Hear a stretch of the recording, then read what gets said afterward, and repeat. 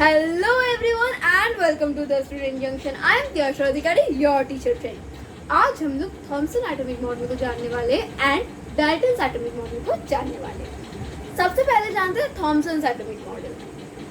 पता है आज अभी हमें एटम के बारे में बहुत कुछ पता है, जैसे एटम भी छोटे छोटे पार्टिकल से बने हैं, सब एटॉमिक पार्टिकल जिसको हम लोग बोलते हैं, जैसे इलेक्ट्रॉन, प्रोटॉन, न्यूट्रॉन, है ना। लेकिन इन 1897 हमें सिर्फ ये पता था कि मैटर एटम से बनते हैं। एटम से भी कोई छोटा चीज होता है हमें पता ही नहीं था। उस टाइम पे साइंटिस्ट जे थॉमसन ने ये बताया कि एटम भी और छोटे छोटे सब एटॉमिक पार्टिकल से बने हैं। तो आओ उसको जानते हैं। In 1897, J.J. Thomson provided the first hint. ये याद रखना, provided the first hint that an atom is made of even smaller particle. तो J.J. Thomson first थे जिन्होंने बोले थे कि एटम और भी छोटे पार्टिकल से बने। तो ये याद रखना फर्स्ट हिंट। कौन दिया था? J Thomson. में एग्जाम में एमसीक्यू वगैरह में पूछा जा सकता है। He proposed a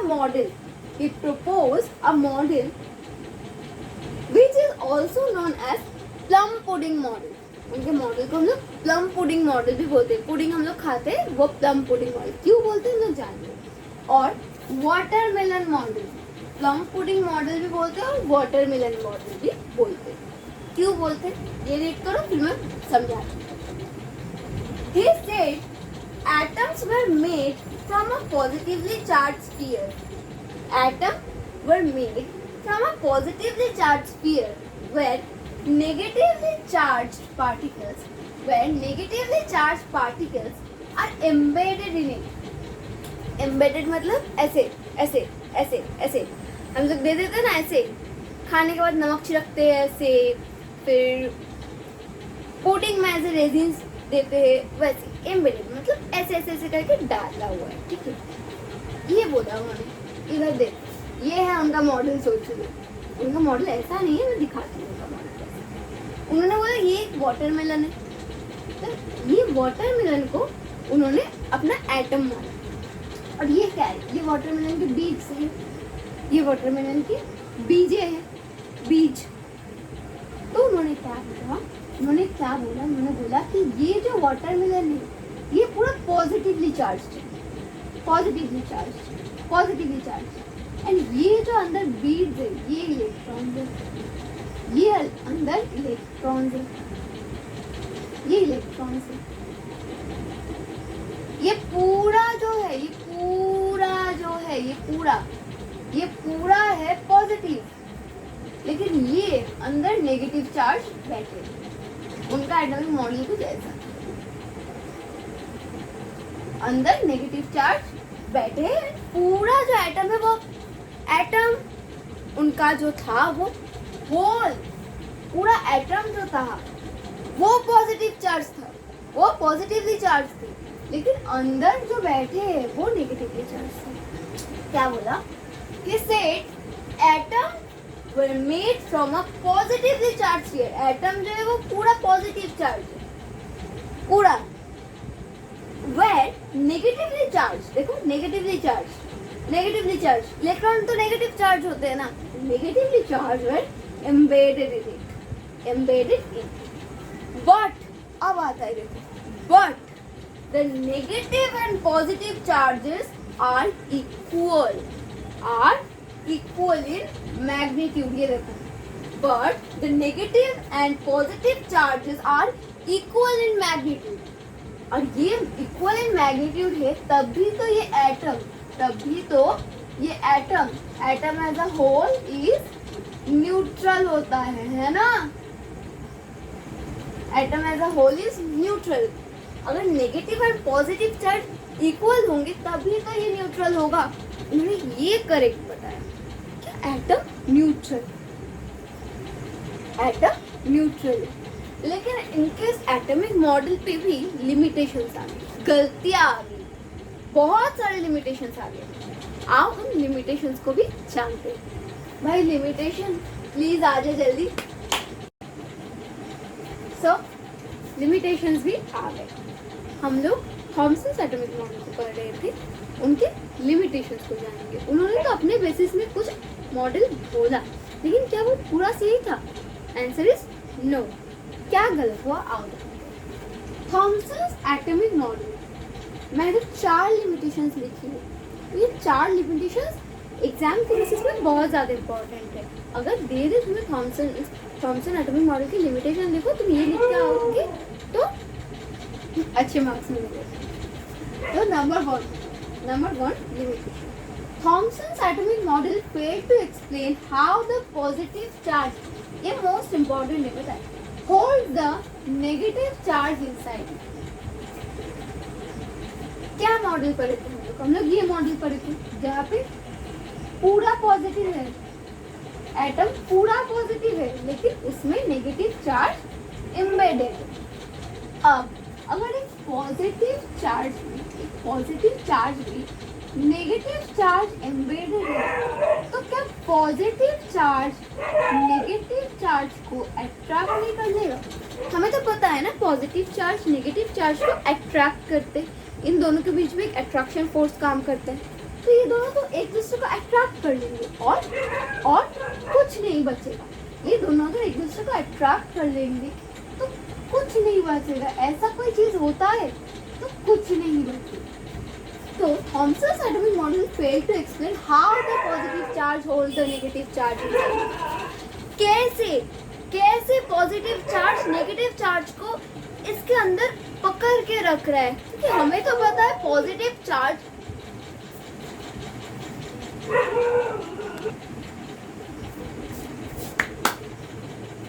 तो लिमिटेशंस भी आ गए। हम लोग क्या पढ़ रहे थे? Thomson atomic model. Thomson ji ने अपने बेसिस में कुछ मॉडल बनाया जो कि बढ़िया था उस टाइम पे, लेकिन क्या वो मॉडल पूरा सही था? आंसर इज नो, वो मॉडल पूरा सही नहीं था। मॉडल में भी कुछ गलतियां थी। तो वो गलतियां क्या क्या थी आप बताइए। 4 गलतियां, 4 लिमिटेशंस इधर है, इसको हम लोग रीड करेंगे। तो फर्स्ट ऑफ ऑल उन्होंने क्या बताया? उन्होंने बताया कि एटम पूरा एक स्फीयर है जो पूरा पॉजिटिवली चार्ज है एंड उसके अंदर नेगेटिव चार्ज एम्बेडेड है। उन्होंने यही तो बताया था ना, पॉजिटिव चार्ज है एंड उसके अंदर नेगेटिव चार्ज एम्बेडेड है। उसके अंदर negatively charge particles are embedded, यही बताया था उन्होंने। लेकिन एक चीज सोच के देखो, पॉजिटिव चार्ज नेगेटिव चार्ज को कैसे होल्ड करेगा? उन दोनों के बीच में एक अट्रैक्शन फोर्स नहीं काम करेगा। पॉजिटिव चार्ज और नेगेटिव चार्ज के अंदर हमें पता है कि अट्रैक्टिव फोर्स काम करता है, एक फोर्स ऑफ अट्रैक्शन काम करता है। ये देखो पॉजिटिव, ये देखो, इन दोनों के बीच में एक अट्रैक्शन काम करता है, हमें ये पता है। तो अगर ये दोनों एक दूसरे को अट्रैक्ट करेगा तो क्या बचेगा? कुछ नहीं बचेगा।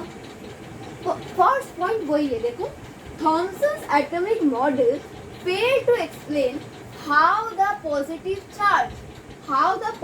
charge hold the negative charges inside. कैसे पॉजिटिव चार्ज नेगेटिव चार्ज को इसके अंदर होल्ड कर रहा है? कैसे? नहीं बन पाएगा ना ऐसा, क्योंकि एक अट्रैक्शन काम करेगा उनके बीच में। Second, it also failed to explain atom stability. ये भी एक बढ़िया सा लिमिटेशन बन गया। क्यों? अगर पॉजिटिव और नेगेटिव चार्ज एक दूसरे को अट्रैक्ट करेगा तो एटम तो स्टेबल ही नहीं होगा। तो ये था उनका दूसरा लिमिटेशन। तीसरा limitation, the theory did not mention anything about the nucleus.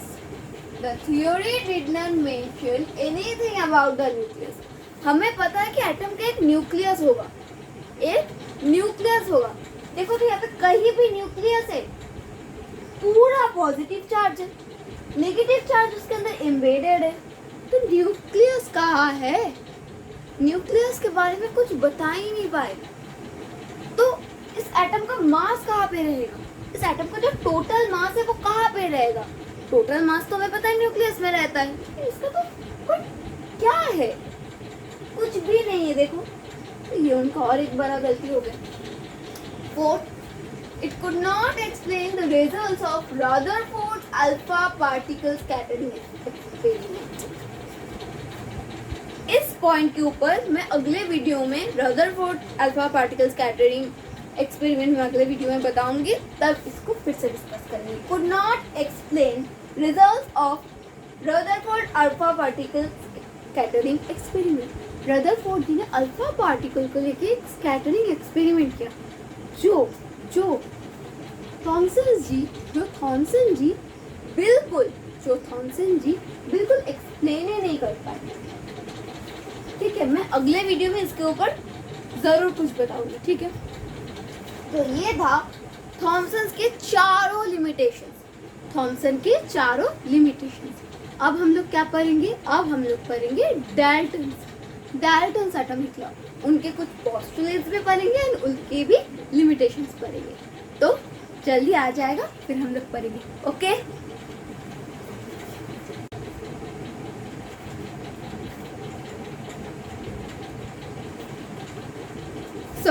ये देखो डाल्टन्स एटॉमिक मॉडल की आ गए। सबसे पहले डाल्टन्स एटॉमिक मॉडल आए थे, फिर आए थे Thomson atomic model. Okay, Dalton's atomic model सबसे पहले जो एटम के बारे में कुछ बताया था वो था डाल्टन। सबसे पहले एटम के बारे में अगर कोई कुछ बताया तो वो थे डाल्टन। एंड सबसे पहले सब एटॉमिक पार्टिकल के बारे में अगर कोई बताया तो वो कौन था? वो था जे थॉमसन। इसमें कंफ्यूज मत होना। ओके, अच्छा, डाल्टन्स एटॉमिक थ्योरी, फिर उसके पोस्टुलेट्स को जानेंगे एंड उसके बाद उनके लिमिटेशंस को भी जानेंगे। In 1808, Dalton published a new system of chemical philosophy. ये उनका एक बुक था। ठीक है, A new system of chemical philosophy in which he proposed certain postulates. यहाँ पे उन्होंने कुछ बातें बताई, कुछ पोस्टुलेट्स को क्या बोल सकते हैं, कुछ अपने थ्योरी दिए। ठीक है, तो in which he proposed certain postulates. कहा अपने पोस्टुलेट्स फर्स्ट बताए। A new system of chemical philosophy MCQ में पूछा जा सकता है। Postulates of Dalton. हमें मैटर पता है क्या है? Everything that have a mass and occupy a place is called matter. ये तो पता है ना। तो पोस्टुलेट्स क्या बोल रहे हैं? अब हमें पता था मैटर एक सबसे छोटा, मैटर के अंदर क्या है वो हमें नहीं पता। तो तब उन्होंने फर्स्ट स्टेप बताया, matter is made up of extremely small indivisible particle. Matter बहुत ही छोटा है, इनविजिबल।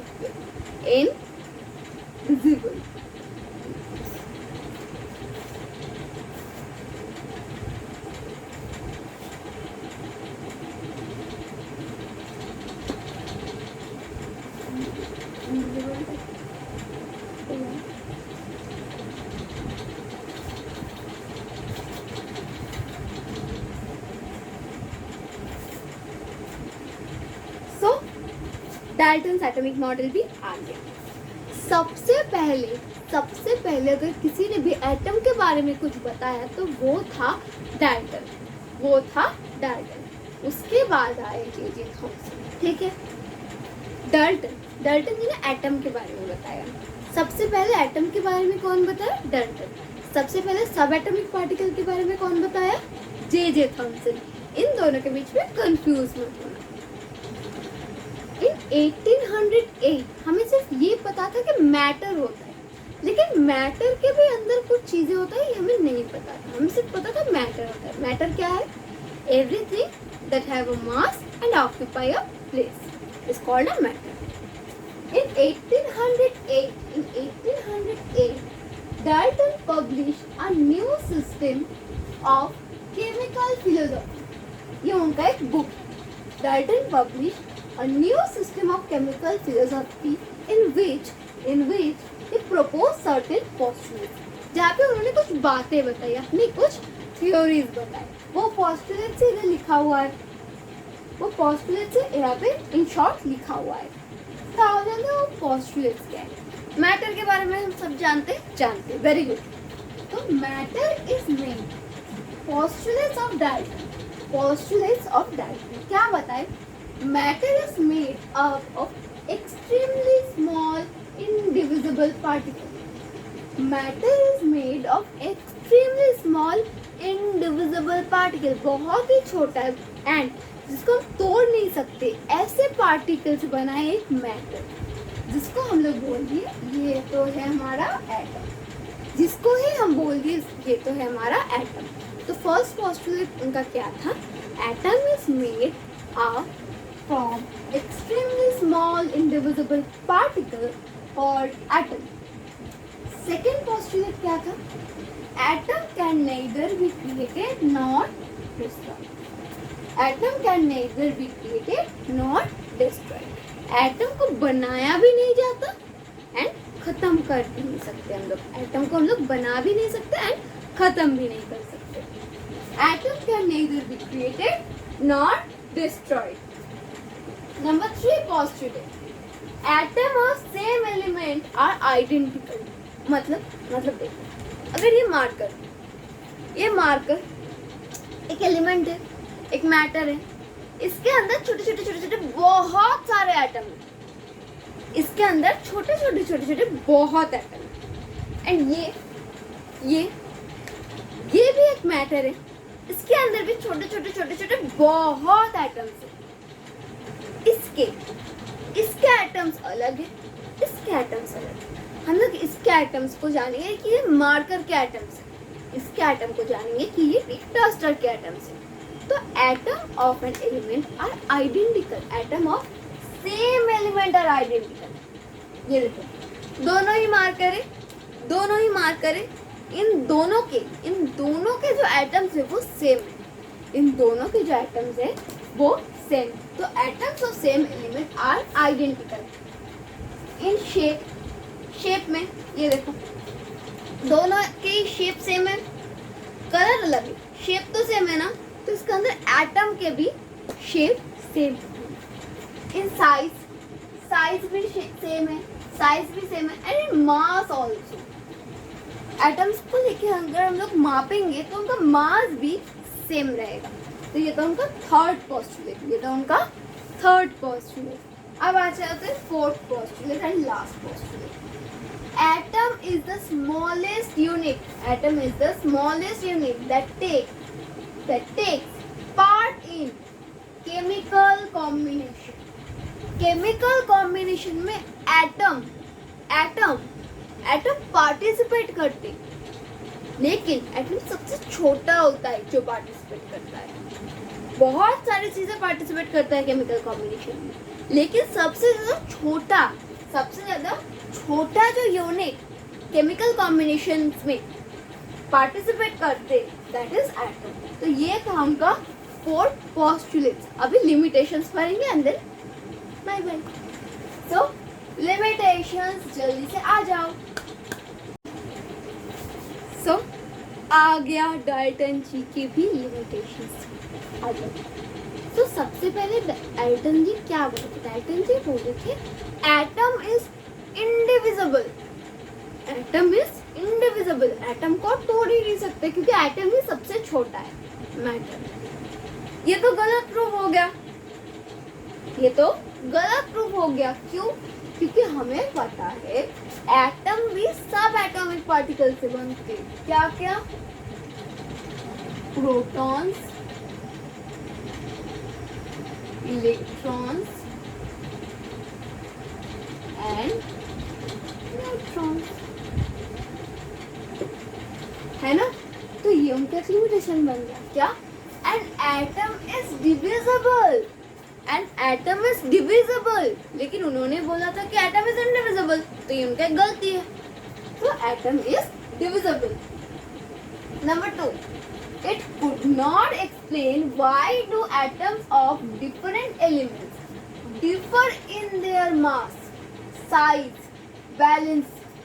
ये यही नहीं बता पाए क्यों डिफरेंट एलिमेंट्स, जैसे मैं बताया कि सेम एलिमेंट्स के मास सेम होते हैं, साइज सेम होते हैं, लेकिन उन्हें ये भी नहीं बताया क्यों डिफरेंट एलिमेंट्स के एटम के मास साइज क्यों डिफर करते, क्यों अलग होते, ये नहीं बता पाए. It could not explain why do atoms of different elements के एटम के मास साइज वैलेंसी एक्सेट्रा क्यों डिफर करते, सेम क्यों होते, डिफर क्यों करते, ये बता ही नहीं पाए. तो ये उनका एक लिमिटेशन बन गया.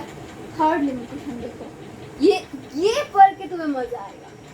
Atoms of different elements may have same mass.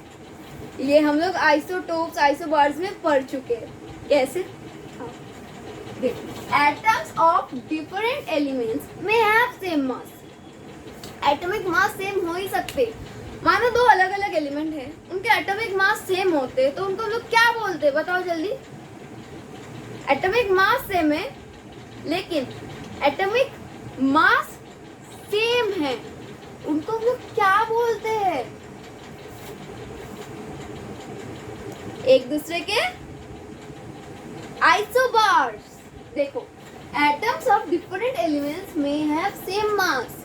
ये देखो, atomic mass of calcium and argon is 40. पढ़े थे हम लोग पढ़े थे. ये देखो, कैल्शियम 2040 होता है, आर्गन 1840 होता है. ये एक दूसरे के क्या थे? आइसोबार्स थे, है ना? देखो कैसे एकदम एक दूसरे के साथ कनेक्टेड है. तो atoms of different elements may have same mass. For example, atomic mass of calcium and argon is 40. Number 4 and last limitation, it could not explain the discovery of isotopes. हम लोग आइसोटोप पढ़े थे, लेकिन इसके कैसे बन रहे हैं, आइसोटोप्स कैसे बन रहे हैं, यही एक्सप्लेन नहीं कर पाए.